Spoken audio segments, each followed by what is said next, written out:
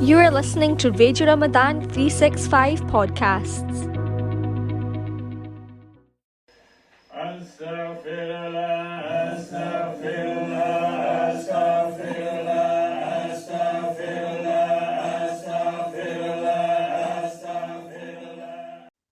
Assalamu alaikum, Sheikh Saab. Walaikum salam, Sajjad Saab. How are you? I'm very good. I'm very good, alhamdulillah. Alhamdulillah. We're on chapter 22. We're not nafs, we are ruh. Firstly, what is nafs and what is ruh? So, I'm bear in mind we are dealing with words that have a classical Arabic kind of background, I must just say I'm not speaking on any authority in that regard. I'm speaking, the authority that I'm kind of speaking on when I say what I'm about to say is based on kind of my own experience of things. And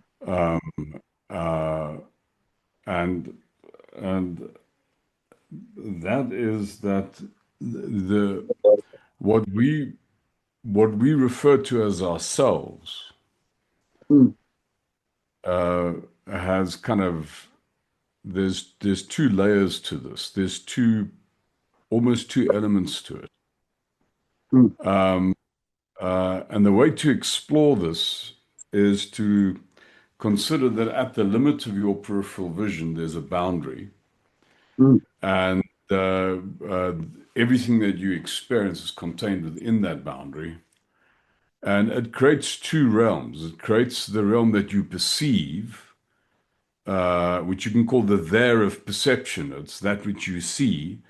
And then there's you, there's the perceiver, the seer.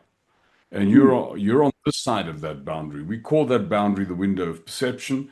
And the window of perception is the dividing line between these two very different realms. That which you experience, which you can call the there of perception, and the one who's doing the experiencing, which you can call the here of perception. Now,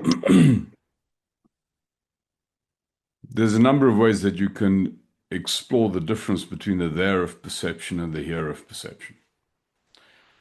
The first way that you can refer to that distinction is that that's the distinction between the self and the other.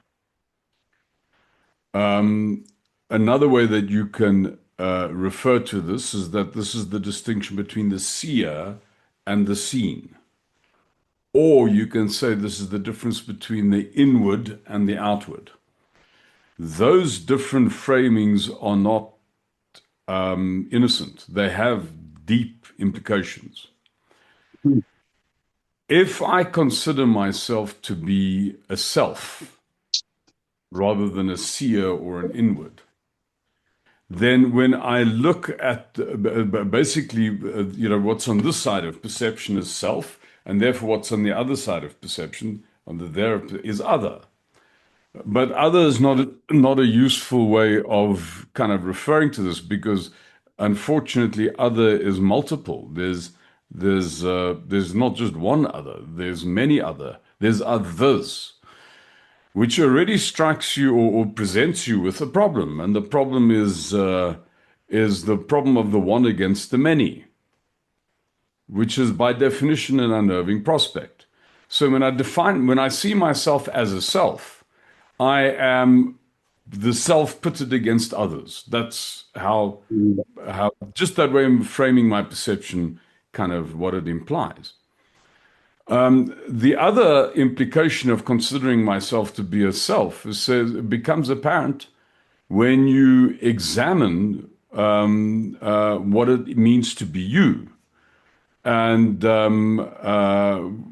we could, if I asked you to write down a list of 10 things that are consistent with, the 10 true things that are true for you, and it'll be only 10, there'd be lots of things that are true for you, but let's assume we just wrote down a list of 10 things. And you chose something like have we spoken about this before? I don't think we so. may. Oh, okay. Okay, I can't remember now. I won't go into so much detail if we have, but this is the distinction for me between a nafs and ruh. So Okay. if we asked you, if we said, who are you? Tell me what's true about you.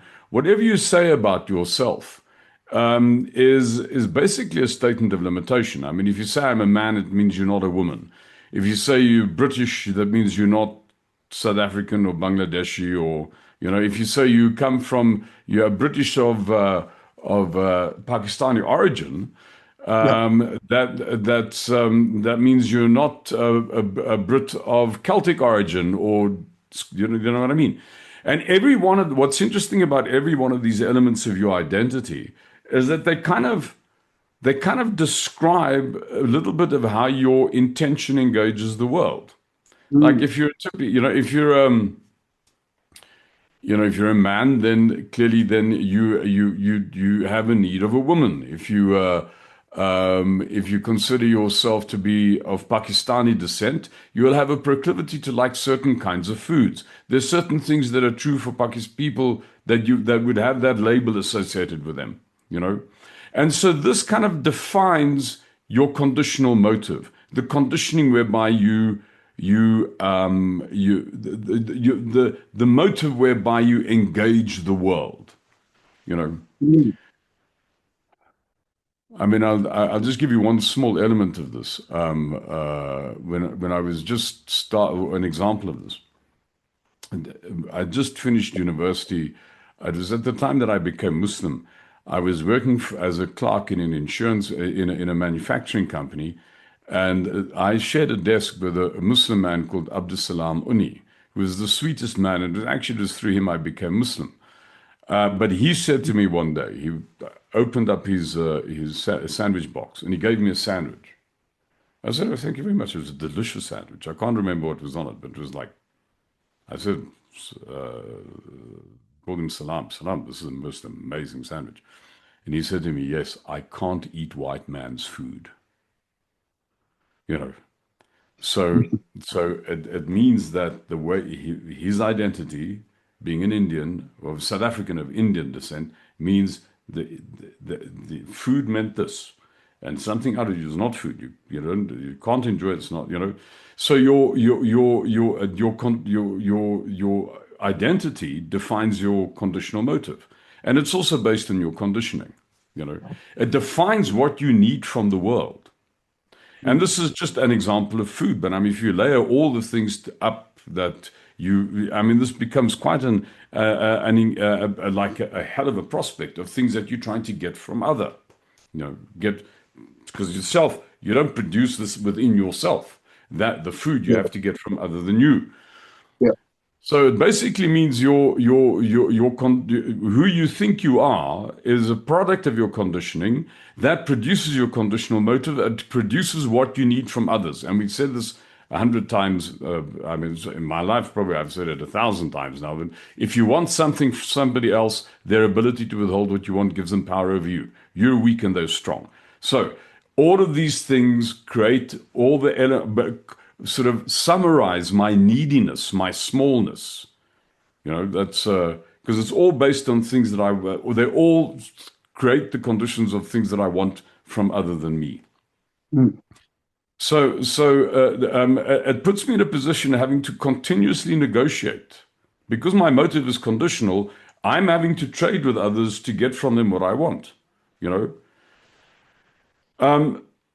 Second to this, every aspect of my identity doesn't just produce the expectations that I have of the world, but it actually produces the expectations that the world have of me, that other people have of me. This is particularly apparent if you're an old white man. All that you have to do is have an old skin, gray hair, and be masculine. You are then, by definition, a representative of the patriarchy and of oppression. Irrespective of what your history might have been, just by those three elements of your identity produces expectations of others of you. So not only does your identity produce expectations of you of others, it immediately produces expectations of others from you, you know, Mm. which you then have to either affirm or thwart. So you're having to negotiate all the time. Not just that, it doesn't end there. I mean, this is enough to make you want to throw yourself into a pond. The further implication is not only does your identity produce expectations of other than you, but other people have legitimate expectations of you. So think about three people in your life, and however many close relationships you have, but let's talk about three. One of your daughters, for example. You know, if you'd made a list of the kind of expectations that your daughter quite legitimately has of you, you know, and so you have a list. You put the list down there, list number one, and then you take list number two, your other daughter. What is it, you know? And list number three, the people you work. What are the people you work for? And. So then maybe you've got like maybe an average person sort of has probably a circle of like 10 people that have legitimate calls on you because they're close. You say, well, good Lord, I have to navigate all of this stuff. I have to make all of these people happy, you know? And so this thing of considering yourself to be a self is it's a very uncomfortable prospect. It produces your neediness, it produces the presumption that other people have of you, and it produces the kind of the criteria that the legitimate expectations that other have of you that you continuously have to dance with, otherwise they don't give you what you want. So you're constantly negotiating. That's called being a self. This is a miserable condition. That's called being an nafs. Mm. This is called suffering. Hmm? Now, there's another way that you can frame the difference between the there of perception and the here of perception. And that is, you can say this is not the difference between the self and the other, Mm. the difference between the seer and the seen. Mm. Now, the implication of that becomes massive. Um, uh, you know, if you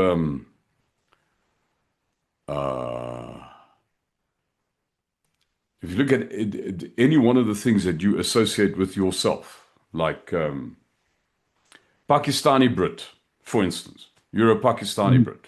No, yeah, Brit of Pakistani extraction. That's who. Now, can you? Can you?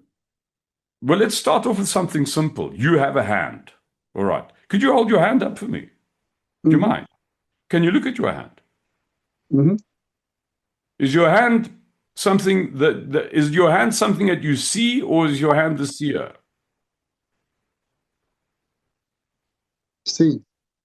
It's something that you see, yeah. It's not the seer. In other Right. words, it's on the that side of perception. It's not on the this side of perception. That's It's an right. object. It's not a subject. It is something that is seen. Now that's your hand. This is quite an intimate thing. I mean, Mm. it's very much associated with you. You know, if you look down at your own chest, is that something that is that a perceived thing, or is that the perceiver? It's a perceived thing. That's right. If you had a piece of paper with you and you wrote down Pakistani of British extraction, right, and you looked at it, would that be a seen thing or the seer? See. Seen thing. Mm. Every single thing that you associate with yourself and your identity, with who you think you are, your personhood, you know, is not the thing that's seeing. It's a seen thing. It is on the other side of perception. It's part of the there of perception, which means the moment you start experiencing yourself as the seer, you kind of create a little bit of, it's almost like you getting a wedge in. You're taking your identity, because your identity is your personhood, It's this thing, it's yourself, and you almost disengaging from it. An increment. You're stepping a step deeper back. You're moving the mask away, and you no longer confusing the seer with the mask. Mm-hmm. That which is doing the seeing with that which is seen. Understand. You understand? So now what's the benefit of doing that? Well, first of all, every single contract you have with other than you now becomes deliberate. It becomes a choice. It becomes a want to and not a have to. I choose. I have, like, for instance, maybe if I had befriended Abdus Salam only for long enough, he would have become less. I mean, unfortunately, he died. I mean, he died 6 months after I met him. But maybe at some point, he would have seen enough commonality between me as person and him as person, rather Mm. than me as white South African and him as Indian South African. We see more person, and then maybe he would have tasted my food, so it was not so bad. Do you understand? So that thing of loosening your identity produces the condition where that which is compulsive now becomes a choice. Mm. It is like so there's an immense freedom in that. You are no longer trapped by your conditioning. Every element of your conditioning, the deeper you operate from behind yourself, every element of your conditioning, every element of your conditional motive becomes a choice. Mm. And it becomes take it or leave it. It means if I don't get this kind of food, my day is not destroyed. If somebody doesn't treat me in terms of the cultural kind of definition of courtesy that I'm used to, I don't get angry. I mean, fewer and fewer things get under my skin. I can't be irritated anymore. This is freedom, because I no longer confuse that which is doing the seeing with the one who is seen. The one who is Mm. seen is a person. It's a face. It is a Mm. self. It is a nafs. That which is doing the seeing is deeper than the face. If you think about the distinction between the there of perception and the here of perception as a continuum, you know, Mm. so I mean the sort of at extremity is the what is beyond. It's the very limit of what I can perceive. Then what's in this extremity, inside the perceiver? If you just allow yourself for a moment to get quiet and to feel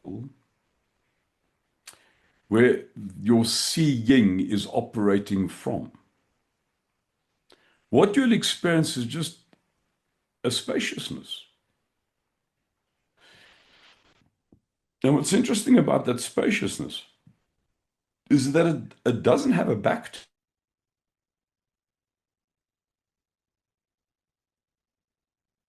Mm. So there's like an emptiness here. That Yeah. the here of perception is an immense emptiness that contains everything that I perceive.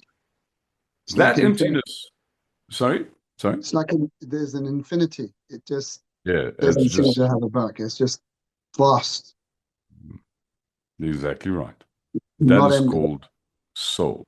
That is called roh. Mm. That is also coterminous with Rab. That's where you find him. He said, I'm closer to you than your Jagar Levain.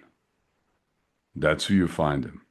And it is not, it is, if you go deep enough, the infinite is the infinite. It is. So that for me is the distinction between nafs and roh. Nafs is your identity. Nafs is your personhood. It is your persona. It is that which other people see that has expectations of others and that others have expectations of. Roh is something much deeper. It is where the looking is coming from. And it is not, it is every element of when you're operating from a place that's deep enough, every element of identity becomes a choice. It's no longer compelled. Mm. I think you explained how this relates to suffering. I'd And in like to say terms, a bit more about it, though, if I may. yeah, of course, please. Yeah, yeah.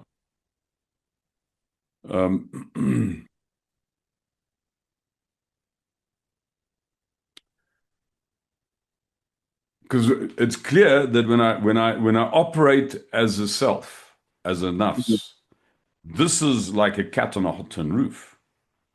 This is suffering. But the question is, can we say that if I shift how I experience the world from being a self to either being a seer or just the inward, have I escaped my suffering? And yes, I have. Absolutely, I have.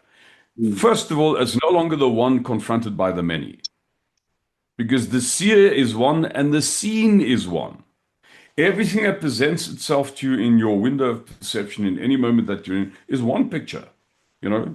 Mm. So you step back far enough, you disengage from the individual people, and you start you're experiencing the whole thing. That's one, and the one that's seeing is one. So it's one against one. This is no longer one against many. It is by definition a life experience of not being under threat. Also, because you're no longer having to negotiate every single step of the way and be haggling about what makes you happy, you you you you you you you you ex, you regain for yourself your sense of autonomy. You're no longer things don't get done to you anymore. And the most important thing is you no longer suffer your own conditional motive. Mm. So to operate as a person among people, to operate as a self or a nafs is to suffer. To operate as a seer, to operate as ruh, as inward, is, in fact, the deeper you operate within, the more ecstatic your life experience becomes, irrespective of conditions. Thank you very much for that. That's the conclusion for chapter 22. Thank Thank you. you. Thank you. أستغفر الله أستغفر